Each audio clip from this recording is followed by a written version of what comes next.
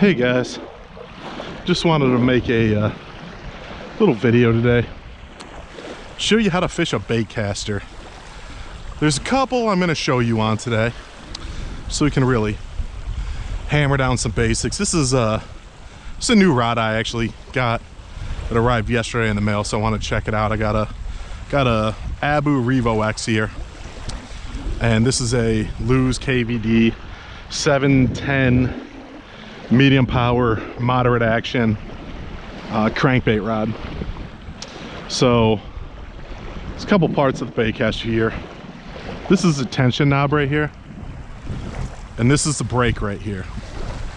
So I'm just gonna turn the brake all the way up to see what you should do when you got a new lure here, new reel, what you do. So right now I got my tension knob turned most of the way up. I got my brake turned all the way up.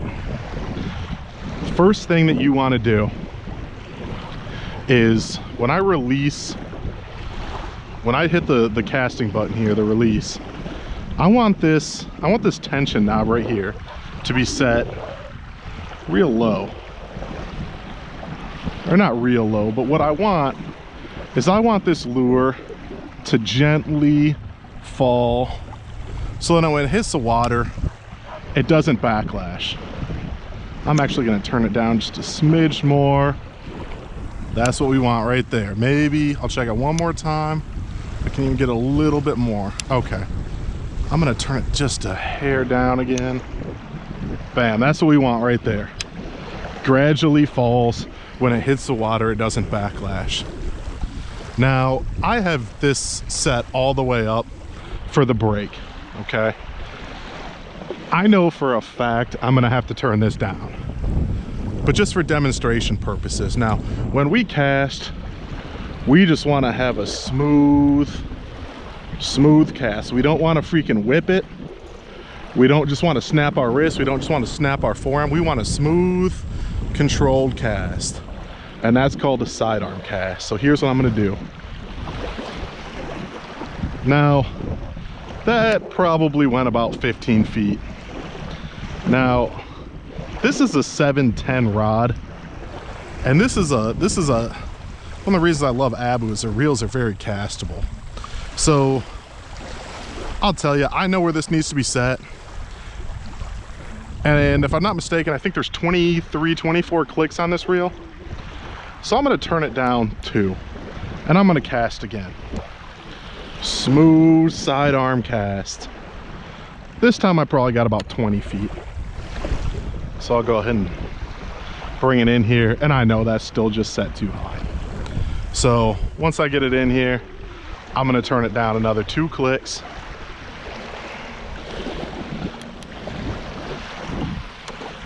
Smooth cast. And this went about 25 feet. So it's getting better.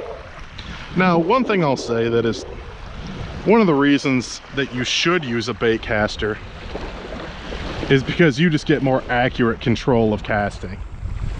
You're going to be able to really put baits where you want to put them. When I'm in my boat, and I think you saw it a couple videos ago, there's some lakes I really like to get up close to shore, cast right into the shoreline. If you overcast it, you're going to wind up in some brush. If you undercast it, you're missing fish. A baitcaster really puts it in that sweet spot. Now I'm going to turn this down 2 more clicks and we'll see what we got. Another thing about a baitcaster is I think it really helps you to cover more water than a spinning reel does. With a baitcaster, you just bring it back, you hit a button, you cast it. There's just more to a spinning rod. Another reason, there's a weed down there, I want to pull it out so it doesn't get caught up. Another reason for a baitcaster is when you're throwing something out there with a spinning reel, it's going to hit the water harder, it's going to make more of a splash, it's going to scare away some fish in the area. Turn this down 2 more clicks. With a baitcaster, it's got that brake, so it really like slows it down right before it hits the water. Another thing you want to learn If you have your baitcaster right, you're set right, you really don't have to do this. But I always just feather the reel just a bit and feather. That way you don't get that bird's nest. But baitcaster slows everything down. I feel like I can fish it faster. The other thing I've noticed that there's just more options to really hone in reel speed the way you want it. You know, for my crankbait rod, I have this on a 6.6 to 1 gear ratio. So for every full rotation of the handle, that spool's spinning 6.6 times. The higher the gear ratio, the faster it's gonna go. So somewhere around 6.6 I think is just perfect for crankbaits.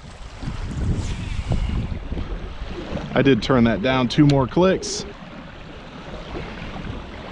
Starting to get to a little bit better of a casting. This is where I'd say if you're new, you probably want to leave it at where it's just, you're just starting to get comfortable with it. I've been doing this for a little bit, so I'm gonna turn it down another couple clicks here. Give me a little bit more casting distance. You don't want to go too crazy with this, because if you turn this down too low, the lure is going to go out. The break is going to be set so low that the line comes out faster than the lure travels. That's how you start getting backlash.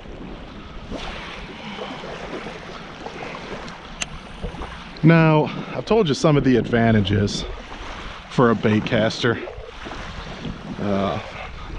There's really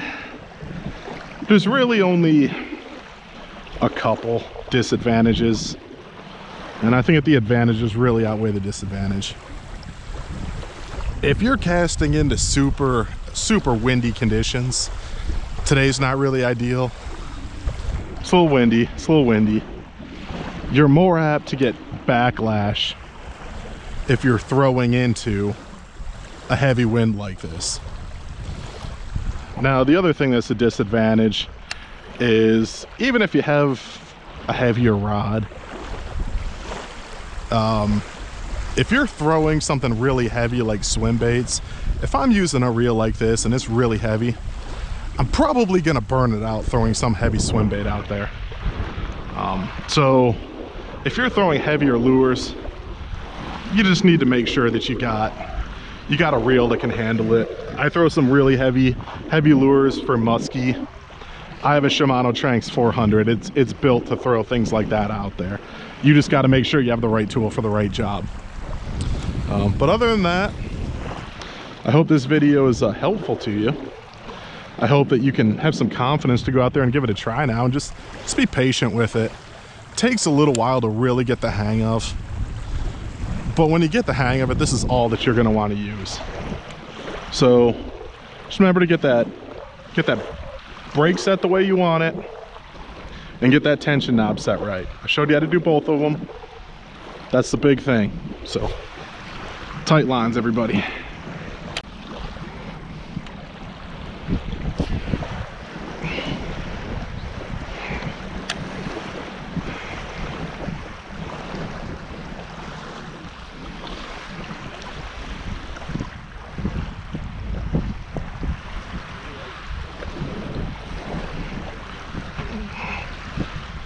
Got one. There we go. There we go.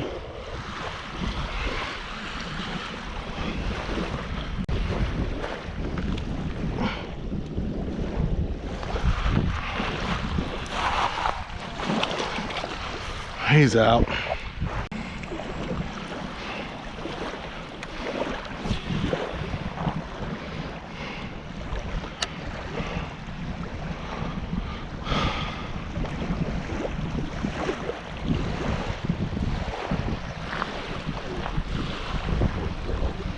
All right, baby, fish number 2. Fish number 2 coming through.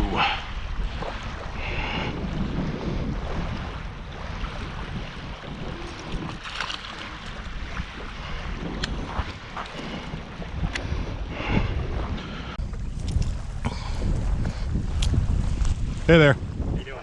Not too bad. No problem.